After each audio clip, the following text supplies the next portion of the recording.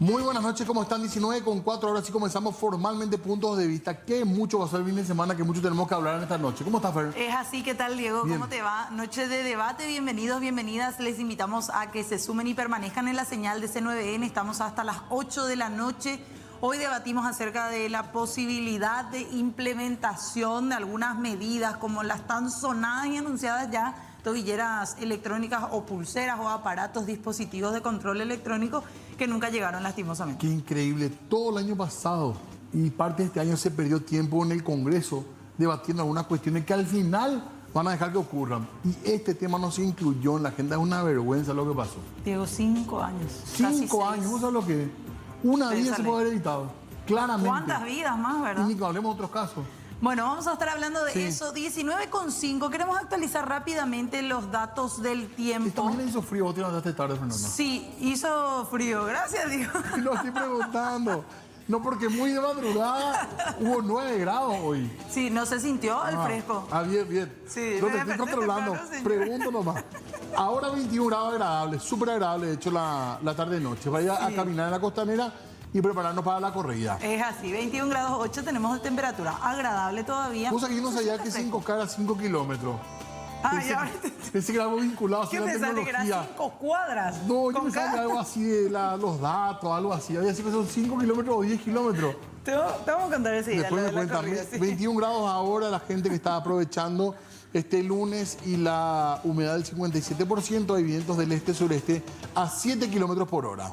Durante esta noche, temperaturas que van a ir descendiendo hasta los 17 grados, para la madrugada entre 16 a 15 y vuelve a subir de a poquito mañana. Vemos los datos del pronóstico extendido, por favor, vamos a compartir también respecto al resto de la semana, porque aparentemente va a ir repuntando lo que tiene que ver con la temperatura y algunos cambios ya después para el fin de semana próximo. Exactamente, para mañana que es martes, entonces la mínima 15 y la máxima 28 grados centígrados. El miércoles sube un poco más, 16 grados de mínima, 28 grados de máxima.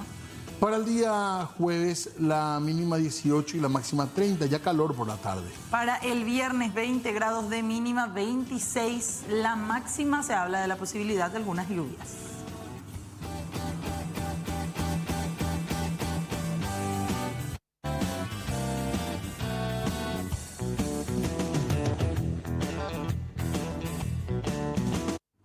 Hablemos ahora de este caso relacionado a la CONAXAR, lo que tiene que ver con el Consejo Nacional de Juegos de Azar, porque el Juzgado Penal de Garantías a cargo de Humberto Otazú convocó al ex titular de CONAXAR, José Ortiz, y a otros procesados. Se fijó la fecha específicamente para el 20 y 21 de septiembre para que se realice en ambos días la audiencia preliminar en la causa que afrontan por lesión de confianza. Sin embargo, la propia Fiscalía Adjunta confirmó el pedido de sobreseimiento provisional para los 7 imputados.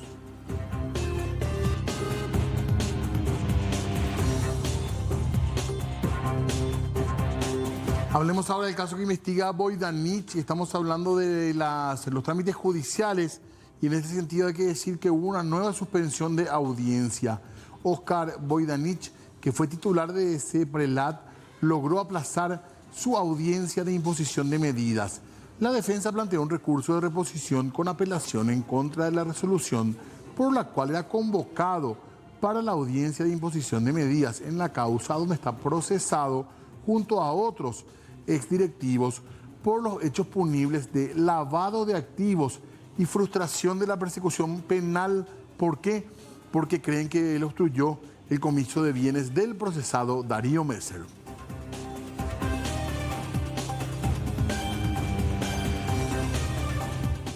Nuevo juicio oral, recordemos que se va a realizar para Justo Cárdenas. Estamos hablando del expresidente del INDER, que irá a este nuevo juicio el próximo 22 de septiembre. Se iniciará. Será solo para que el Tribunal de Sentencia establezca una nueva pena carcelaria al ser hallado culpable de enriquecimiento ilícito y lavado de dinero. El año pasado Cárdenas había sido condenado por corrupción a solo 4 años de cárcel. cuando la Fiscalía había requerido 11 años como condena. Ahora se conocerá la nueva sanción penal para el presidente o para el expresidente, en este caso del INDER, y se espera que aumente esta pena en su contra.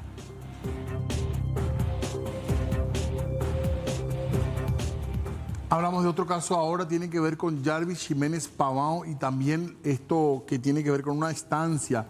El juez Gustavo Amarilla decretó la prohibición de innovar y declaró como bien sujeto a eventual comiso un inmueble que está ubicado en la localidad de Bellavista Norte, que sería propiedad también de este narcotraficante condenado, Jarvis Jiménez Pavão. El inmueble era manejado por un presunto testaferro.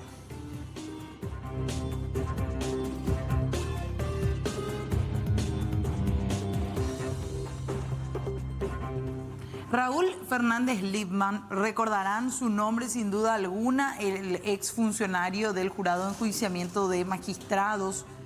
Ahora ratificaron bajo sentencia firme su pena de 7 años de cárcel por los hechos de lavado de dinero y enriquecimiento ilícito, después de que el mismo no haya podido justificar su ingreso o su aumento patrimonial que ronda los más de 1.300 millones de guaraníes.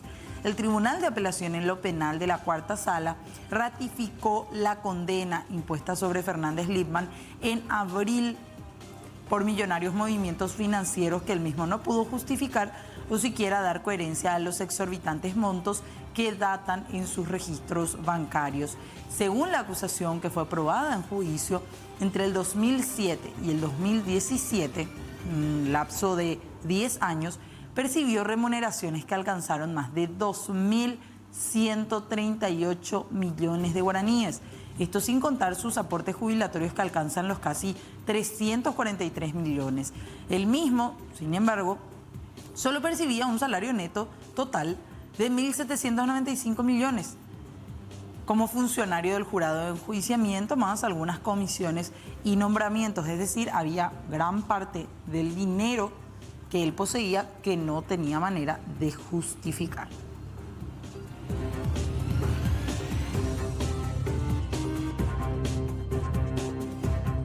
Y atención con esto que es novedoso y que podría ser muy lindo para nuestra descuidada calle Palma y en general el microcentro de Asunción.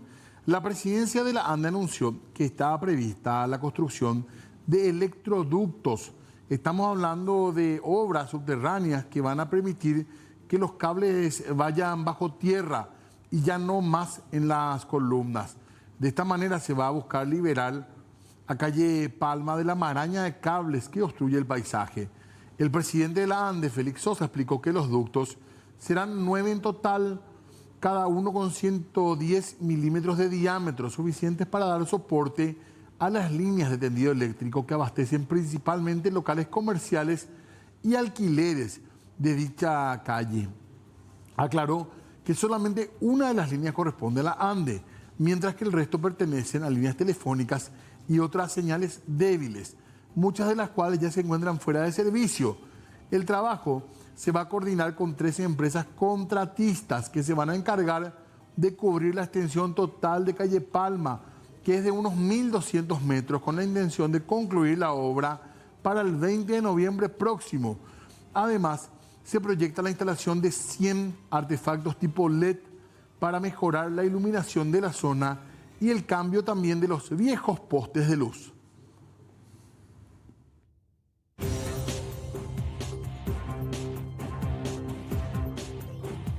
Fíjense cuánto va a tener que pagar el Ministerio de Salud por oxígeno medicinal después de que se haya revocado una sentencia que rechazó la demanda en primera instancia. El Tribunal de Apelación en lo Civil y Comercial, Quinta Sala, condenó o mantuvo firme la condena al Ministerio de Salud Pública para que pague a la firma La Oxígena Paraguaya S.A. unos 1.200 millones de guaraníes más intereses del 1,5% que serán computados desde el inicio de la demanda que había sido presentada el 2 de febrero del 2016 La demanda que gana esta empresa privada es por la provisión de oxígeno medicinal entre los años 2009 y 2012. La Cámara de Apelaciones advirtió que las documentaciones presentadas por la accionante en forma conjunta con el escrito de demanda no han sido impugnadas por el Ministerio de Salud, que no solamente reconoció que tenía una deuda con la empresa La Oxígena Paraguaya, sino incluso solicitó una quita del 50%. La citada firma proveyó de oxígeno y gases medicinales a 7 hospitales, entre ellos Instituto de Medicina Tropical, Hospital Neuropsiquiátrico, Hospital del Luque, al Juan Max Boedner, al Hospital de Loma Putá, el de Villa Lisa y el de Pedro Juan Caballero entre los años, como decíamos, 2009 y 2012. Es proveedora de oxígeno gaseoso medicinal, oxígeno líquido medicinal, oxígeno nitroso también y otros componentes más. Y la deuda finalmente del Ministerio de Salud que termina en esta demanda con la cantidad, más de 1.200 millones de guaraníes que el Ministerio tendrá que pagar.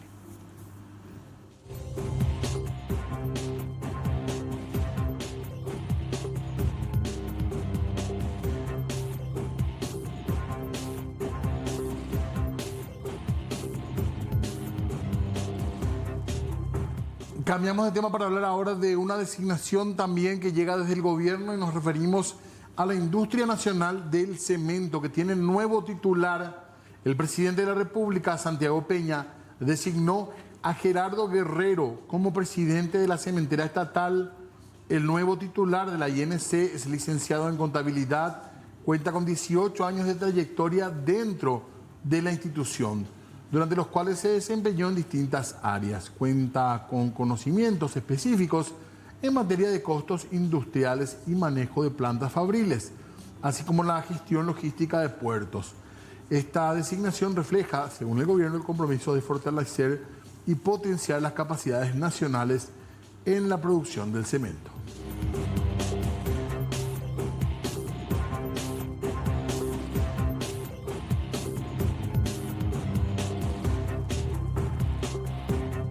Como decíamos, hay algunas personas, aunque escasas, que se mantienen en sus cargos después de la salida del gobierno anterior. Una de ellas es Cristina Goraleski, quien sigue al mando del Instituto Forestal Nacional, el Infona. Se realizó el acto de toma de posesión, en donde ella expresó su agradecimiento por permitirle continuar al frente de la institución y con ello dar también continuidad al trabajo que venía realizando en los últimos años. Adelantó que una de sus prioridades será la puesta en marcha del Plan Paraguay Forestal para el Mundo, una iniciativa que tiene como objetivo generar oportunidades para el crecimiento económico y social en el sector forestal. Con esto lo que se busca es atraer inversión nacional e internacional en el sector, con industrias, plantaciones, a través de incentivos e instrumentos financieros y de visibilización del potencial forestal del Paraguay. Un segundo componente será posicionar a la industria forestal y sus productos en el comercio exterior. Habla también de la implementación de un programa de capacitación permanente y otros aspectos más al frente del Infona.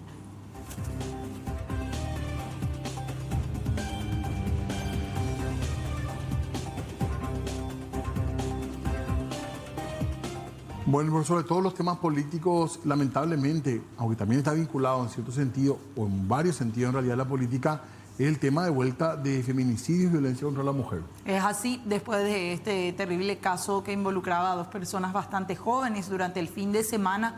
Hoy hablamos sobre eso, debatimos, ¿es factible? ¿Realmente va a tener una buena respuesta y por sobre todo va a ser la solución la implementación de tobilleras y pulseras electrónicas? Vamos a preguntar si esto funciona y además, ¿qué otras políticas hay que implementar para este tema? Hace poco la ministra de la Mujer nos decía que en términos legislativos estábamos como cubiertos. Sí. O sea que no hacían falta leyes nuevas. ¿Qué está pasando entonces? ¿Dónde está el problema? Puede ser un tema de prevención con las tobilleras. Vamos a preguntar. A la vuelta de la pausa, ya venimos.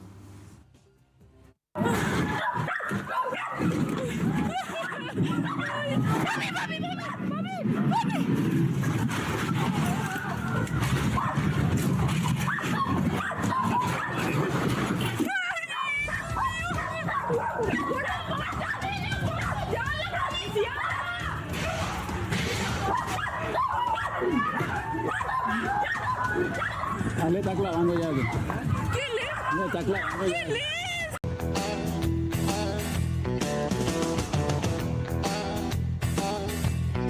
19:25, lo prometido ahora porque este mal momento, lamentablemente, hubiésemos preferido hablar en otro marco de vuelta del tema de las tobilleras que ya hemos encarado, y ni qué decir, ¿verdad? El tema de violencia contra la mujer, que también lo encaramos en otro momento, y hoy más que nunca en una situación muy delicada de vuelta.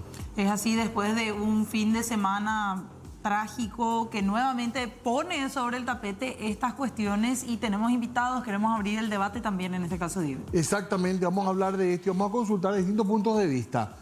En su momento ya hemos hablado nosotros con gente de la comandancia. ¿El año pasado? El año pasado, o este año fue. Con la actual comandante vino acá, nos mostró estas zonas tobilleras, las comisarías, la policía parecía tener clara la película. Y que estaban trabajando en la implementación, pero eso se viene extendiendo ya desde hace casi 6 años, estamos hablando. ¿La ley cuánto tiene? 2019. Y del 2017. La primera versión. El 4 de septiembre. Ajá. Y la primera versión. Y ninguna vez se utilizó, ¿verdad? No, nunca. Falta la reglamentación. 6 años para una reglamentación. Increíble. Bueno, así que ya abrimos el debate para charlar de este tema. Bueno. Muy interesante además. Sí, señor, por eso queremos saludar a nuestros invitados, agradecerles a ambos también la presencia. Vamos a estar teniendo también contactos vía Zoom. Mirta Moragas, abogada del Consultorio Jurídico Feminista, ¿cómo le va? Buenas noches, un saludo a la audiencia, gracias a ustedes. ¿Qué tal, doctora? Gracias por venir. Gracias. Bueno, y nos acompaña también el licenciado Epifanio Barreto. Él es policía en situación de retiro, pero también con conocimientos en base a estas situaciones y hechos también criminales. ¿Qué tal? ¿Cómo le va? Muy buenas noches a todos, también a la doctora, y estamos aquí para evacuar cualquier, o intentar al menos darle una explicación o una eventual solución a un problema que desde ya es muy grave, ¿verdad? Y que es una realidad social. Ya tenemos ya unas notas para compartir y demás, pero este caso particular, ¿se pudo haber evitado con la tobillera? Yo diría, se pudo haber evitado, punto. No sé si con la tobillera, no sé si le pondría la carga a un elemento en particular, pero había demasiadas situaciones que podrían haber sucedido para evitar lo que pasó. ¿Licenciado? Particularmente creo que en el caso de esto, hay una falla en el sistema judicial o fiscal. En algún lugar hubo una falla, porque la primera carátula era intento de feminicidio. Pero la falla estuvo en lo judicial, no en la policía. No, la policía cumplió con su cometido, porque el muchacho fue detenido y por eso es que se fue sometido. ¿Y qué pasó? En un lapso de 15 días esa carátula cambia de intento de feminicidio a violencia doméstica. Hay que entender que el feminicidio tiene una pena de 10 a 30 años y el otro de 1 a 6 años. Ese cambio de carátula, que yo no puedo argumentar si está bien o está mal, porque yo lejos de abogado, soy policía, pero la lógica me dice de que si no se hubiese implementado esa medida, bueno, este desenlace no hubiera ocurrido, porque el autor estaría preso hasta ahora, porque creo que en estos días es el juicio oral, porque la denuncia es del 14 de febrero. Y es que a mí me chocó mucho, perdón, pero el tema de la edad de ambas personas. Porque uno a veces tiene la fantasía que las nuevas generaciones no van a venir con ciertos problemas que a lo mejor tenemos algunas generaciones, pero por lo visto es un problema que se repite, que no estamos tampoco encontrando, más allá de las tobilleras, del tema puntual de la figura. Evidentemente hay un tema social que es más profundo, pero que en algún momento tenemos que encarar. Claro, que es la base de la violencia contra las mujeres, que es el machismo. Ahora bien, cuando planteamos que esa es la base, hay toda una enorme discusión. Hoy en día, además, mucho más, que a mí me parece que es sumamente dañino, sobre todo en términos públicos. Yo creo que hace unos años sí la sociedad avanzó un poco más en visibilizar esto, en tomar como violencia. Yo creo que hay más herramientas un poco más sociales. Pero ¿cuál es el problema? Hay una distancia muy grande entre esa conciencia social que creo que en la calle mejoró y las políticas públicas, y hacer de, digamos, la conciencia de esta realidad política pública. Ahí es que tenemos una distancia muy grande, y eso se ve en este tipo de casos. No avanzaron juntas, básicamente. No avanzaron juntas bajo ninguna circunstancia. ¿Por qué? Porque, digamos, ¿cuál es la base de esto? Es esta idea de una relación desigual de poder entre hombres y mujeres que se expresan violencia. Una cosita nomás, porque nos decía la ministra de la Mujer que en términos legales estamos bien, digamos, en Paraguay cubiertos. Sí, acá no es nunca, en Paraguay no es, y yo quiero ser muy clara en esto, no es problema ni de legal, ni de protocolo, ni de texto, digamos. Y el otro tema, licenciado, que también mucha gente comentó, que cambió muchísimo la actitud de la policía. de la antigua reacción que era, no, anda nomás a tu casa, así nomás, ya le va a activar los protocolos en la comisaría. Eso se está logrando. Desde el momento que se inició, o se instituyeron las legislaciones que protegen a la mujer en el cuanto... O sea que el tema de la violencia de género no aplica solamente a la mujer, también el hombre, o sea que los dos grupos biológicamente hablando son afectados por violencia, ¿verdad? En estos casos es el único en que la policía tiene la potestad de ingresar a un domicilio sin orden judicial, ¿verdad? ¿Qué solía pasar anteriormente, antes de que se implementara en el protocolo? Uno acudía a un problema familiar, uno le traía preso al marido, en un 90%, al otro día a las 6 de la mañana venía su señora y decía, lárguenle porque él es el que trabaja y él es el que trae la comida a mi casa, y al final terminaba siendo un... O sea que yo te estoy hablando de lo que pasaba anteriormente, ¿verdad? Ahora, con la implementación del protocolo, que implica necesariamente el retirar a la persona y hacer todo un proceso documental para asistir a la víctima, eso cambió radicalmente, ¿verdad? La policía... ¿Se activan los protocolos? Sí, claro, la policía activa, acciona y reacciona inmediatamente, más porque este tipo de resultados... cuando se tiene en cuenta que la primera cosa que tiene el deber de proteger un oficial de policía es la vida de la persona. Cuando entra a detallar el peligro de la vida de las personas, ya uno no puede entrar a detallar ahí, mañana va a venir y me va a decir, no, vos haces lo que dice la ley. Ahora, que ellos después se arreglen en las instancias correspondientes, institucionalmente hablando. Igual yo quiero decir que en nuestra experiencia en el consultorio, nosotros recibimos alrededor de 100 consultas por mes más o menos. De esas 90, o sea, 9 de cada 10 son de violencia. Nosotros recibimos muchas consultas de situaciones donde la policía no actúa adecuadamente. Yo también quiero ser muy clara en eso. O sea, entiendo que posiblemente haya un cambio y que el Ministerio de la Mujer lo vea, pero nosotras no lo vemos de la misma manera en los casos que nosotras atendemos, digamos, ¿verdad? Entonces ahí pasan diferentes tipos de cosas. Pasan situaciones donde se llama el 911 y cuando es un caso de violencia no vienen.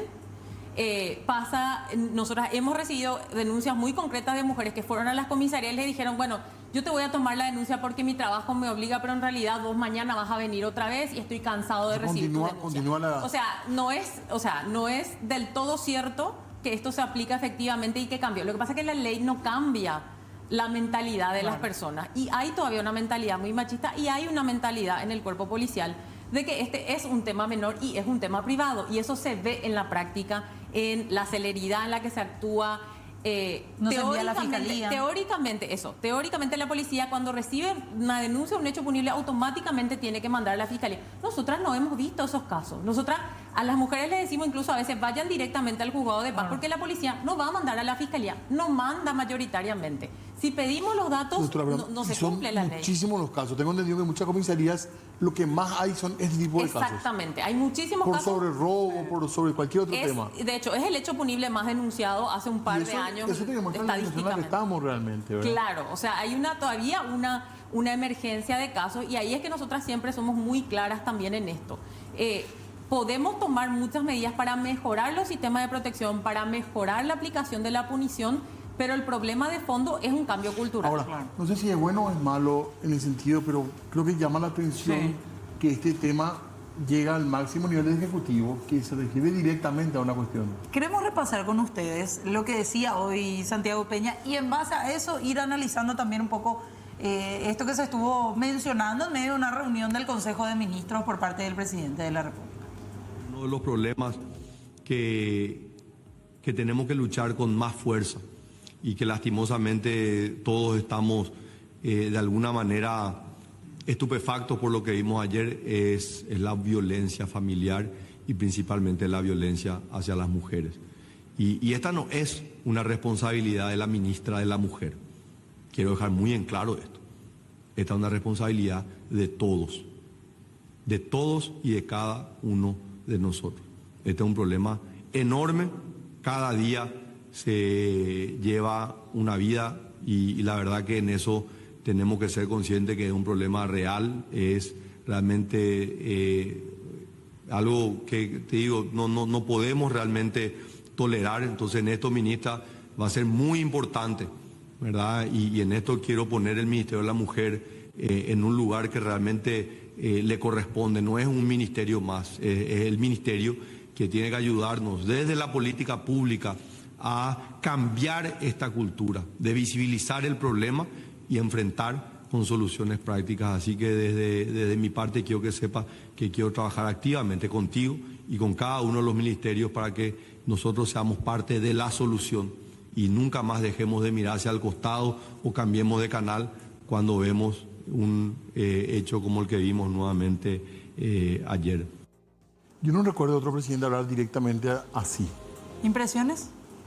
Creo que es una señal positiva. Ahora bien, creo que también no tiene que ser solamente para la galería, digamos, o para la prensa o para lo que hay que decir. Pues claro, el crimen de ayer es horrendo. O sea, probablemente es de los feminicidios más horrendos que podamos recordar en los últimos tiempos. Entonces, obviamente hay una impresión muy fuerte y ante eso, claro, las reacciones iniciales son fuertes. Ahora, yo espero que esto se traduzcan en acciones concretas, ¿verdad? Sí. Entiendo y celebro si la tobillera electrónica es algo que se termina, o sea, hace 6 años que estamos esperando que esto se implemente. Pero también hay otras medidas y ahí yo quiero volver a decir que el problema de fondo es un cambio cultural y eso merece que se tomen medidas de largo plazo. Y el problema es que cuando planteamos esto nos dicen, bueno, eso de largo plazo, ¿qué pasa ahora? Entonces elevamos la pena, hay gente que está pidiendo pena de muerte y todas cuestiones súper violentas, pero que en realidad no van a hacer que haya menos agresores. Y no son preventivas. No son absolutamente preventivas. El Estado, de hecho, no ha hecho nada preventivo en los últimos años. Nada. ¿Y tu opinión con respecto a esto? Yo creo que las políticas en nuestro país son políticas de gobierno, no son políticas de Estado, que son totalmente diferentes. El que viene dice que todo lo que hizo el otro está todo mal y empieza de cero. Vamos a analizar el tema de las tobilleras.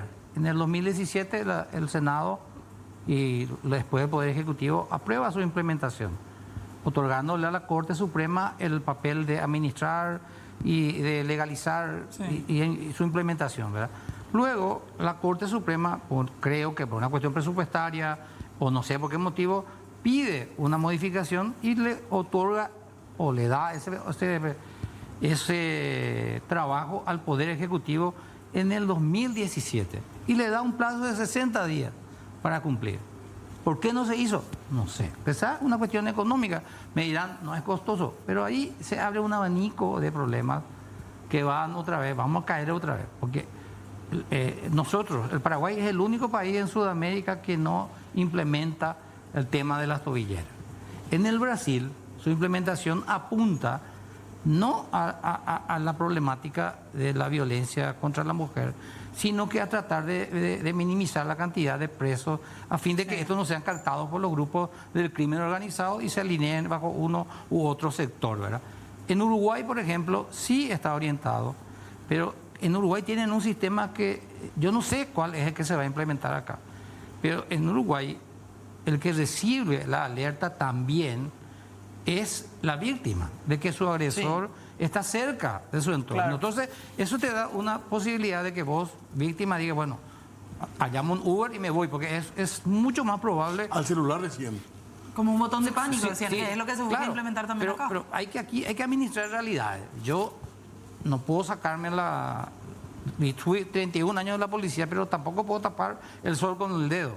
La respuesta a una llamada, ¿verdad?, y que el agresor ya esté en tu casa, no creo que impida ya, si el agresor ya se sacó la tobillera o la tiene puesta y no le importa que se sepa que esté ahí, si es que no se la puede quitar y se va igual. En el momento que vos llamas al 911 y que llegue a la patrullera, yo creo que ya... Ya puede pasar. Tenemos que hacer una pausa nosotros y le pedimos un segundito, ¿verdad? Porque tantas preguntas tenemos y tan poco tiempo también. Hacemos pausa un ratito y ya seguimos hablando de este tema.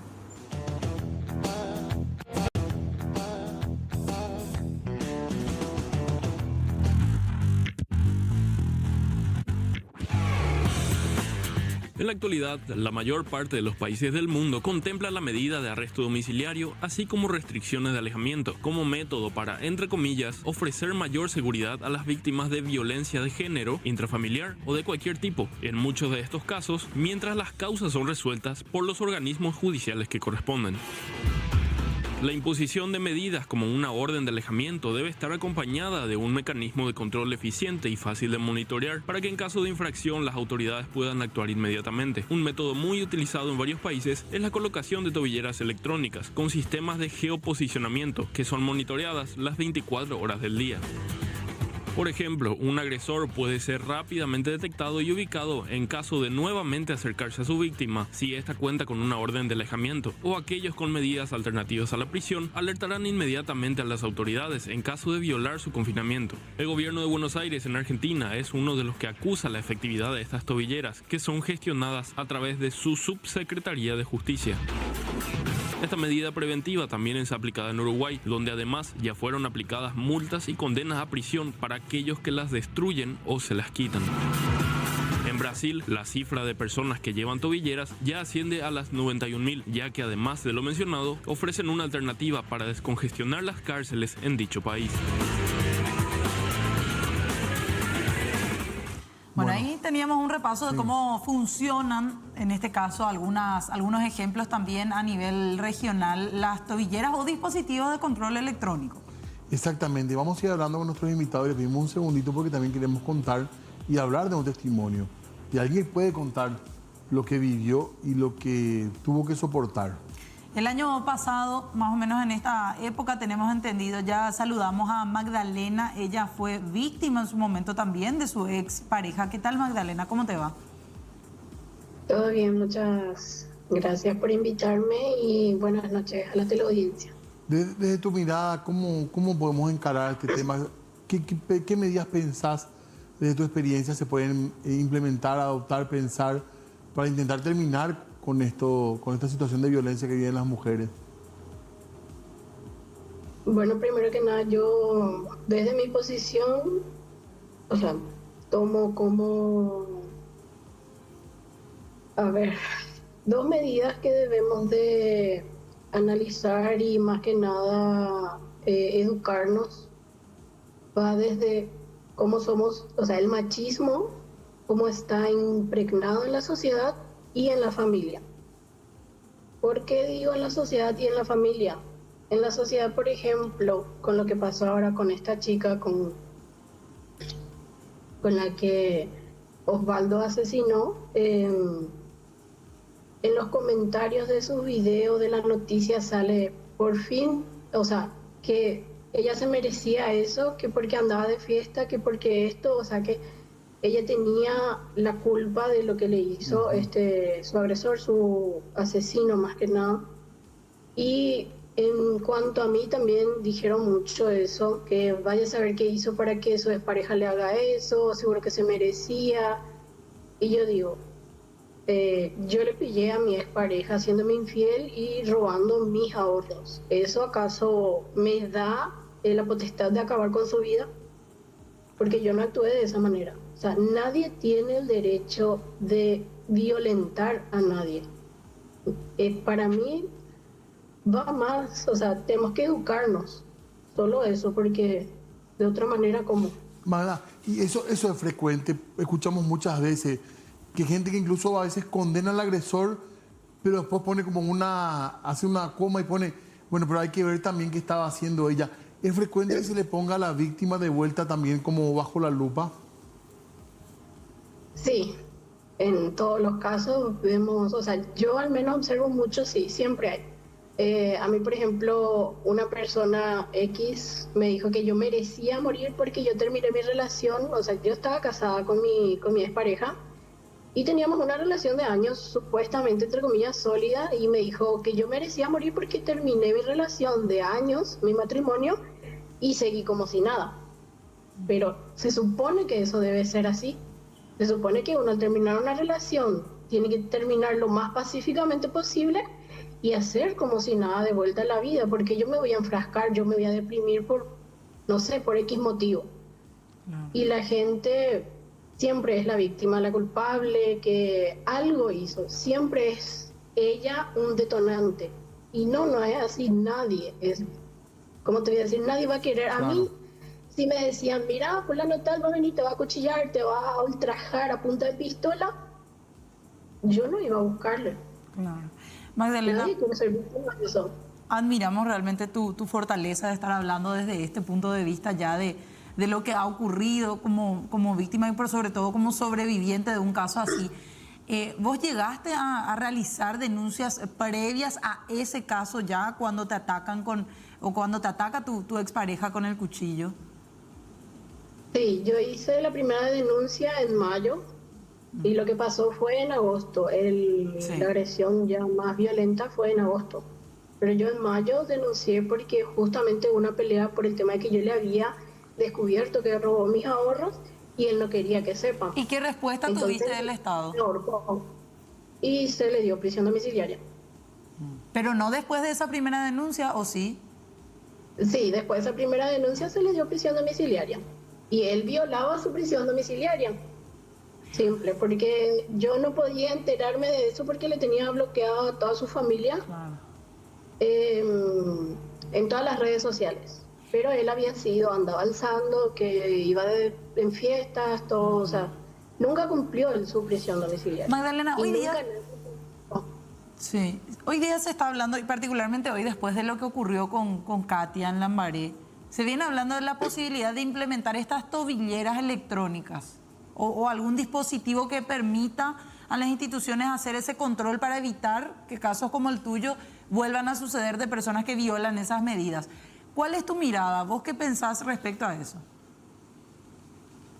Mira, Esperanza se fue por la ventana conmigo. Yo no sé, porque me gustaría que simplemente, pero ¿de acá a cuándo? Claro. ¿De acá a cuántas Katias más? Magda, lo último, al menos de mi parte, después del hecho puntual de violencia en tu contra, ¿cuánto tiempo más te duró, digamos, esa situación? ¿Cuánto tiempo más duró la violencia en vos, digamos, como un recuerdo, como ese dolor? Discúlpame, no te entendí bien. ¿Cuánto tiempo te llevó recuperarte del todo, digamos, en términos, ya no solamente de la parte física, sino la parte emocional? ¿Fue muy duro recuperar? Emocional, vamos a decir que no me di el lujo de sentir lo que tenía que sentir. No me di el lujo de... Yo más que nada hago como si fuese que nada pasó. Porque si me voy a dar el lujo de sentir, de deprimirme, de que me caiga la ficha de lo que pasé y de que después de salir del hospital su familia me seguía amenazando, las hermanas seguían... o sea, yo le pasé, por ejemplo, a tu compañera screen donde su hermana mayor hacía bromas de que su hermano se escapa de la cárcel para que me asuste. También le dice a amigos en común que me van a atropellar a la salida de la universidad. O sea, no sé cómo te digo, recuperarme así emocionalmente, no. Fuerza, Magda, y gracias por compartir tu historia con nosotros, muy amable. A ustedes, gracias. Bueno, ahí está. Quiero recordar que la gran mayoría de las víctimas de feminicidio en Paraguay alguna vez hicieron una denuncia o tenían una medida de protección. Entonces... De protección, entre comillas, que era un papel. Entonces también nos pasa que cuando nos llaman las mujeres y les decimos, podés hacer esta denuncia, y me dicen, ¿para qué voy a hacer? Y cuesta mucho que la realidad, basadas en la realidad, le podamos convencer de que sí tienen que activar un proceso, digamos. Ahora bien, yo quiero también dejar muy claro que esta situación de Katia, e incluso la de Magdalena, teniendo medidas de protección, si son víctimas de feminicidio, hay una responsabilidad del Estado. ¿Por qué? Porque en violencia contra las mujeres, de acuerdo al derecho internacional, la responsabilidad no es directa por la agresión, sino es por la falta de debida diligencia para prevenir, sancionar y erradicar. Sí. Entonces, cuando yo voy y hago una denuncia al Estado, el Estado no puede decir que no sabía lo que me estaba pasando. Y si ahí el Estado no me protege, el Estado es responsable. Por eso es importante la denuncia. Por eso es importante la denuncia y porque hay mecanismos también que se pueden activar. O sea, nosotras insistimos en que hay que ir al Estado, insistimos en que no hay que abandonar los mecanismos, porque si no, o sea, no sé qué vamos a hacer, ¿verdad? O sea, lastimosamente entramos como mucho en esta idea punitivista que en realidad no cambia la realidad. Sí, hay que activar los procedimientos, si tienen que ir a la cárcel, tienen que ir a la cárcel, no estamos diciendo que no, pero en realidad hay que activar los mecanismos de protección, tenemos que intentar que eso se cumpla y tenemos que seguir insistiendo que el Estado tome las medidas, que es lo que hay que ocurrir. Y recordar que esta es una responsabilidad del Estado, o sea, la responsabilidad de la muerte de Katia es del Estado paraguayo. Queremos continuar la charla en otro momento, si nos acabó el tiempo y le agradecemos mucho que hayan venido a ambos. Muchísimas gracias, licenciado, muchas gracias. Gracias. Hacemos pausa, ya venimos.